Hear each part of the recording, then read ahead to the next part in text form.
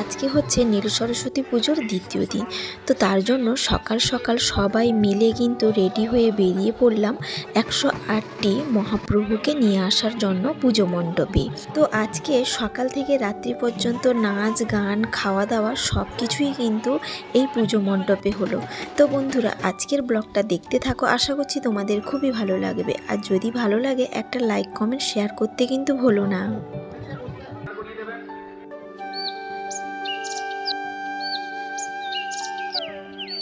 শুভ সকাল বন্ধুরা, কেমন আছো তোমরা সবাই? আশা করছি সবাই ভালো আছো, সুস্থ আছো, আর আমরাও ভালো আছি। আমার আরও একটা নতুন ব্লগে তোমাদের অনেক অনেক স্বাগত জানাচ্ছি। তো সকালে উঠে প্রকৃতির পরিবেশটা তোমাদের সঙ্গে একটু শেয়ার করলাম। সকাল সকাল পাখিদের ডাকগুলো কিন্তু শুনতে বেশ ভালোই লাগে। আর ওইদিকে কিন্তু অনুষ্ঠান যে হচ্ছে তার জন্য ওই গানও বাজছে, তো বেশ ভালোই লাগছিল সকালের পরিবেশটা।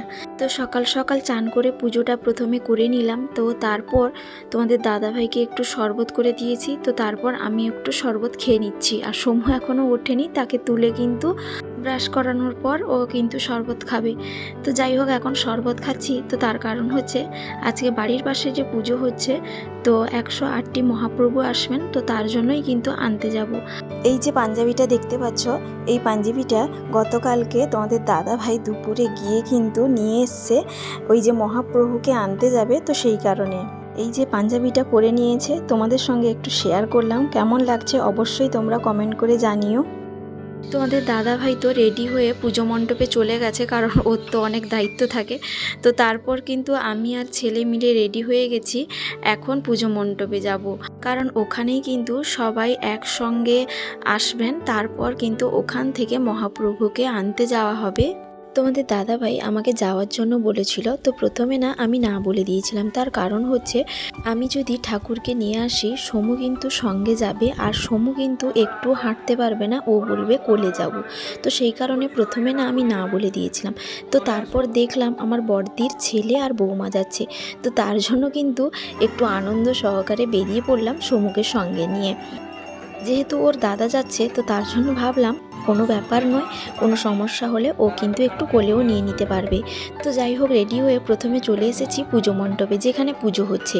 তো ওখানে যখন এসে দেখি সবাই মিলে কিন্তু ওই তিলক কেটে নিয়েছেন। তো ওনারা কিন্তু বেরিয়ে যাচ্ছেন ওই মাঠের কাছে। তো আমরা কিন্তু একটু লেট করেও গেছিলাম, যেহেতু সমু যাচ্ছে। তো সমু কিন্তু প্রথমেই বলেছিল কোলে যাবে, তো তার দাদা কিন্তু অনেক কিছু বুঝিয়ে তাকে হাঁটিয়ে নিয়ে যাচ্ছে। তো যাই হোক, আমি ওর দাদাকে বলেছিলাম যে একটুখানি কোলে নিতে, তো ও কিন্তু একেবারেই রাজি হয়নি। তো ওটা দেখে আমার খুব খারাপ লাগছিল, যেহেতু আমি মা, তো সেই কারণে। তো যাই হোক, সামনে যে দুজন যাচ্ছেন দেখতেই পাচ্ছ, ওনারা কিন্তু ধূপ ধুনো এইসব নিয়ে যাচ্ছেন। আর এখানে শাশুড়ি বৌমা একসঙ্গে ছাতায় যাচ্ছি, আর সমুকে কিন্তু সামনেই রেখেছি যাতে রোদটা না লাগে। আর ভীষণ পরিমাণে রোদ উঠেছিল, তার উপর খালি পায়েও যাচ্ছি। তো যাই হোক, বলতে বলতে এখানে চলে এলাম মাঠের কাছে। তো দেখতেই পাচ্ছ সবাই কিন্তু এখানে প্রথমে চলে এসছেন। তো তারপর আমরা কিন্তু শেষের দিকে এসছিলাম। রাস্তায় যখন আসছিলাম তখন বড়দা ফোন করলো যে তুই কোথায়। তখন আমি বললাম যে ঠাকুরকে আনতে যাচ্ছি। তো হঠাৎ করে যখন এখানে এসে পৌঁছোই, আমার পেছন পেছন কিন্তু দাদা বৌদিও পৌঁছে গেছে। তো যাই হোক, বৌদিও সঙ্গে যাবে বলল, তো তার কারণে এসছে। তো দেখতেই পাচ্ছ ঠাকুর কিন্তু চলে এসছেন ওখানে গাড়িতে। তো তারপর বাজনা পার্টিও চলে এসছে। আসলে সবাই কিন্তু নেচে একটু আনন্দ করে কিন্তু ঠাকুরকে নিয়ে যাবেন, তো সেই কারণে। তো সবাই কিন্তু হলুদ কালারের শাড়িই পরেছে, ভীষণ সুন্দর লাগছিল।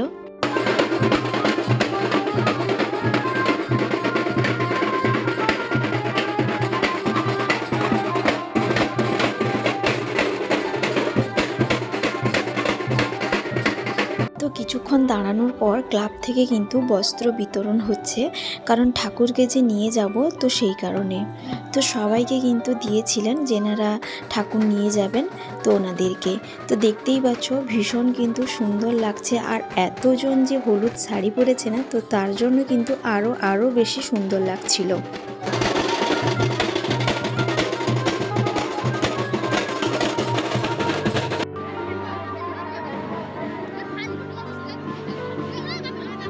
তো সবাই কিন্তু লাইনে দাঁড়িয়েছিলেন। তো তারপর কিন্তু এক এক করে সবাইকে কিন্তু ঠাকুরমশাই ঠাকুর দিচ্ছেন। তো প্রথমে যে ঠাকুর নিল, তো ওকে দেখতে পাচ্ছ, ও হচ্ছে আমার বড়দির ছেলে আর বৌমা। তো একেবারে কিন্তু ছোট্ট ঠাকুর দেখে এনেছে। তো তারপরে কিছুজন নেওয়ার পর আমি গিয়েছিলাম, তো আমিও একটু বড় সাইজের ঠাকুর পেয়েছি। তো যাই হোক, এখন ঠাকুর নিয়ে সবাই কিন্তু যাব ওই পুজো মণ্ডপে। আর সঙ্গে কিন্তু বৌদিও আছে, আমি একটু না পারলে বৌদিও কিন্তু নেবে। আর বড়দির যে বৌমা আর ছেলে এসছে, ওরা কিন্তু দুজন মিলে নিয়ে যাবে। আসলে সত্যি কথা বলতে কি, অনেকটা দূর কিন্তু ঘুরিয়ে ঘুরিয়ে যেহেতু নিয়ে যাবে, একার পক্ষে কিন্তু নিয়ে যাওয়া সম্ভব নয়। তো সেই কারণেই কিন্তু বেশিরভাগ বাড়ি থেকে কিন্তু 2-3জন করে এসছেন। তো যাই হোক, এখানে কিন্তু আমি একটা ফুলের মালা কিনলাম, যেহেতু আমি যে ঠাকুর নিয়েছিলাম মালা পরানো হয়নি, তো সেই কারণে। আর ওই যে কাঁধে যে ঠাকুর নিয়েছে দেখতে পাচ্ছ, ও হচ্ছে আমার বড়দির ছেলে। তো যাই হোক, মালাটা কিনে একটুখানি দাঁড়িয়েছিলাম, তারপর বৌদি ঠাকুর নিয়ে আসার পর মালাটা পরিয়ে দিলাম। তো বৌদি একটুখানি নিয়েছিল আর আমি একটুখানি নিয়েছিলাম। তো এই করেই কিন্তু পুজো মণ্ডপে পৌঁছেছিলাম। তো যাই হোক, এখানে তোমাদের দাদা ভাই অরেঞ্জ জুস নিয়ে এসছে। তো আমরা বললাম খাবো না, তো ও বললো কি প্রচণ্ড পরিমাণে রোদ উঠেছে, সবাই একটু করে খেয়ে নাও, ঠাকুর কিন্তু এদিক সেদিক সবাই একটু ঘুরিয়ে ফিরিয়ে নিয়ে নাও। তো যাই হোক, তারপরে কিন্তু এখানে সবাই মিলে একসঙ্গে যাচ্ছি আর ভীষণ আনন্দ হয়েছিল। আর সঙ্গে কিন্তু সব থেকে বড় একটা কষ্ট কি হয়েছিল বলো তো, খালি পায়ে কিন্তু হাঁটতে হয়েছিল। যেহেতু এখন প্রচণ্ড পরিমাণে রৌদ্রের তাপ, তো তার উপর খালি পায়ে যদি হাঁটা হয় কি অবস্থা হবে একবার ভেবে দেখো। তো যাই হোক, এখন পৌঁছে গিয়েছিলাম আমাদের বাড়ির পাশে দেশ মন্দিরের কাছে। তো তারপর এখানেও একটুখানি ক্যামেরা করে নিলাম, কেমন লাগছে অবশ্যই তোমরা কমেন্ট করে জানিও। তো তারপর কিন্তু পৌঁছে গিয়েছিলাম পুজো মণ্ডপের কাছে। আর মণ্ডপটা দেখতেই পাচ্ছ, এত সুন্দরভাবে ফুল দিয়ে সাজানো হয়েছে, তোমাদেরকে আর কি বলবো। তো যাই হোক, ওখানে কিন্তু ঠাকুরকে বসানো হচ্ছে। তো সবাই মিলে কিন্তু ঠাকুরকে নিয়ে একটুখানি ফটোও তুলছে। তো বেশ আনন্দ হয়েছিল জানো তো। তো তারপর বৌদিকে ঠাকুর ধরিয়ে আমি একটু ক্যামেরা করে নিলাম, কারণ তোমাদের সঙ্গে একটু শেয়ার করব।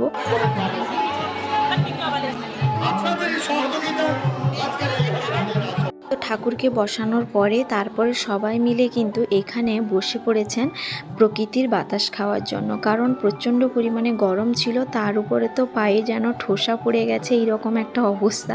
তো যাই হোক, ওখানে কিন্তু এখনও কিছু ঠাকুর বসানো হচ্ছে, যেনারা লাস্টে এসছিলেন। আর ওখানে যে হলুদ জামা পরে ঠাকুর ওঠাচ্ছে, তো ও হচ্ছে তোমাদের দাদা ভাই। তো যাই হোক, এখানে সবাই মিলে একটুখানি বসে পড়েছিলাম। তো তারপর তোমাদের সঙ্গে একটুখানি শেয়ারও করে নিলাম। তো যাই হোক, ওখানে কিন্তু পাশে একটা পুকুর ছিল আর চারিদিকটা বট গাছে কিন্তু ভর্তি ছিল। তো তারপর সকাল থেকে যেহেতু কিছু খাওয়া হয়নি, তো দাদা ছেলেকে পাঠিয়ে আইসক্রিম নিয়ে এসে সবাই কিন্তু খাচ্ছি। আর গরমের মধ্যে কিন্তু আইসক্রিমটা বেশ ভালোই লাগছিল খেতে। তো তারপর অনেকক্ষণ পরে কিন্তু এখানে বাজনা পার্টি আসছে।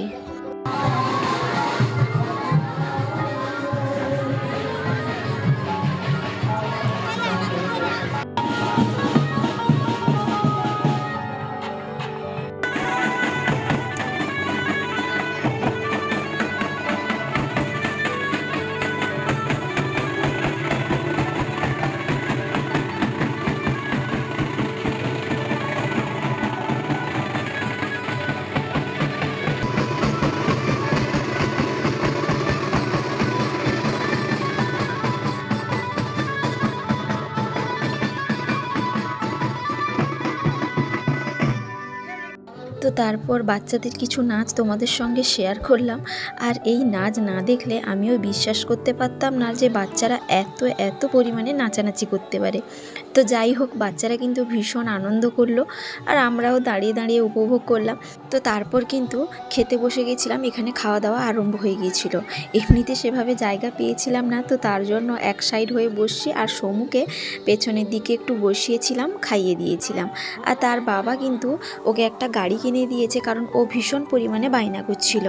তো যাই হোক, খাওয়া দাওয়া শেষ করে এখন যাচ্ছি বাড়ি, কারণ আমার আবার ডিউটি আছে। আর এখানে কিন্তু দুপুরবেলায় খাওয়া দাওয়া কিন্তু ভীষণ ভালো হলো। তো যাই হোক বন্ধুরা, এখন হচ্ছে রাত্রিবেলায়, আমি ডিউটিতে চলে গিয়েছিলাম। তো ডিউটি থেকে এসে রেডি হলাম, আর সমু আর তার বাবা কিন্তু আগে থেকেই চলে গেছে, কারণ ওখানে তোমাদের দাদা ভাই যেহেতু সদস্য আছে, অনেক কিছু কাজকর্ম থাকে, তো তার জন্য চলে গেছিলো। আর তোমাদের দাদা ভাই বলেছিল যে আজকে রাত্রিবেলায় নাকি মহিলাদের গীতা দান করা হবে আর বাচ্চাদের খাতা আর পেন দান করা হবে। এটা কিন্তু ক্লাব থেকে দেওয়া হচ্ছে না, এটা কিন্তু একজন লোক স্পন্সর করেছেন, তো উনি দিচ্ছেন। তো এসে যখন দেখি ওইসব দেওয়া আরম্ভ হয়ে গেছে, আর দেখতেই পাচ্ছ ভীষণ পরিমাণে কিন্তু ভিড়, কারণ একটা মেলাকেও হার মানিয়ে বসেছে, কারণ মেলাতেও এত পরিমাণে ভিড় হয় না যে পরিমাণে এখানে ভিড় হয়েছে। তো দেখতেই পাচ্ছ ভীষণ কিন্তু ভালো লাগছে, কারণ এতজনের সমাগম, তো অনেকের সঙ্গে কিন্তু দেখাও হচ্ছে, ভীষণ আনন্দ হচ্ছিল। তো তারপর আমি স্টেজের পেছনে এসেছিলাম সমুকে নেওয়ার জন্য, যেহেতু খাবে ও, কিন্তু ও তো আমার সঙ্গে গেল না, ওর খাতা আর পেনটা আমাকে ধরিয়ে পালিয়ে গেল। তো যাই হোক, তারপরে কিন্তু সামনে চলে এসেছিলাম যেখানে ঠাকুর আছেন, তো ওখানে এসে কিন্তু সব ঠাকুরকে প্রণাম করলাম, আর বেশ আনন্দ লাগছিল। আর এখান থেকে না বাড়ি যেতে একেবারেই ইচ্ছে করছিল না, কারণ এত ঠাকুর এবং লোকের সমাগম তোমাদেরকে বলে বোঝাতে পারবো না। স্বেচ্ছায় রক্তদান শিবির রয়েছে এবং বিনামূল্যে রক্তের বিভাগ নির্ণয় রয়েছে। আমরা চাইবো দাদা একটু আসবেন, আমাদের সহযোগিতার হাত বাড়াবেন অবশ্যই। তো খাতা পেন আর মহিলাদের ওই গীতা দান করার পর এখানে খাওয়া দাওয়ার ব্যবস্থা হয়েছিল, তো তার জন্য খেতে বসে গেছিলাম।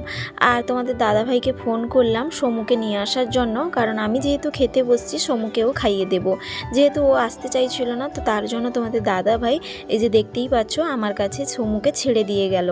তো তারপর খেতে বসে গেছিলাম। এখানে চচ্চড়ি, ঘন্ট, আলু পটলের তরকারি এইসব হয়েছে, আর ভীষণ খেতে টেস্টিও হয়েছিল, যেহেতু মহোৎসব, তো সেই কারণে।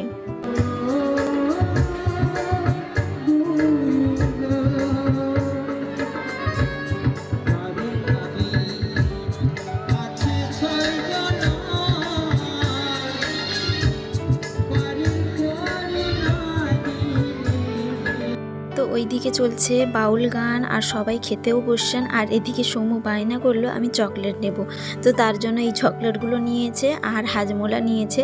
তো ও বললো আমাকে একটু খুলে দাও, তো তার জন্য ওকে একটু খুলে দিয়েছিলাম। আর খাওয়ার পর ও বেশ নাচানাচি করছিল, ভীষণ আনন্দ পাচ্ছে জানো তো ও।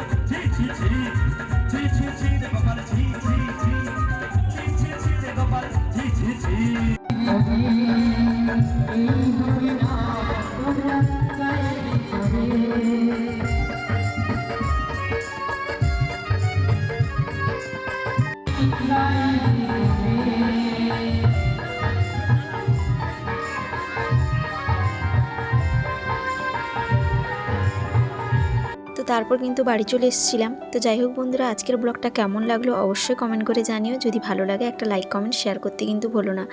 তো আজকের মতো এখানেই ব্লগটা শেষ করছি। সবাই ভালো থাকবে, সুস্থ থাকবে, আবারও দেখা হবে।